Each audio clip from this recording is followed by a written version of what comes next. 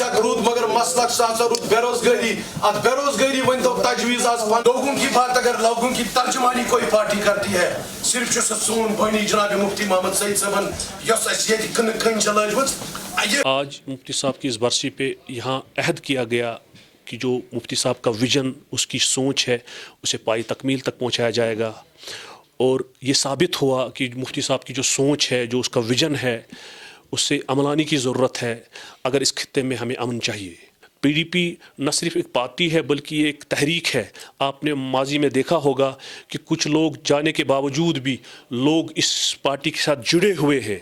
ان کو ہار ہوئی اور اس جو مفتی صاحب کا جو ویژن مفتی صاحب کی جو سوچ ہے اسے کامیابی ملی اور ہمارا یہ ایمان ہے اس بات کا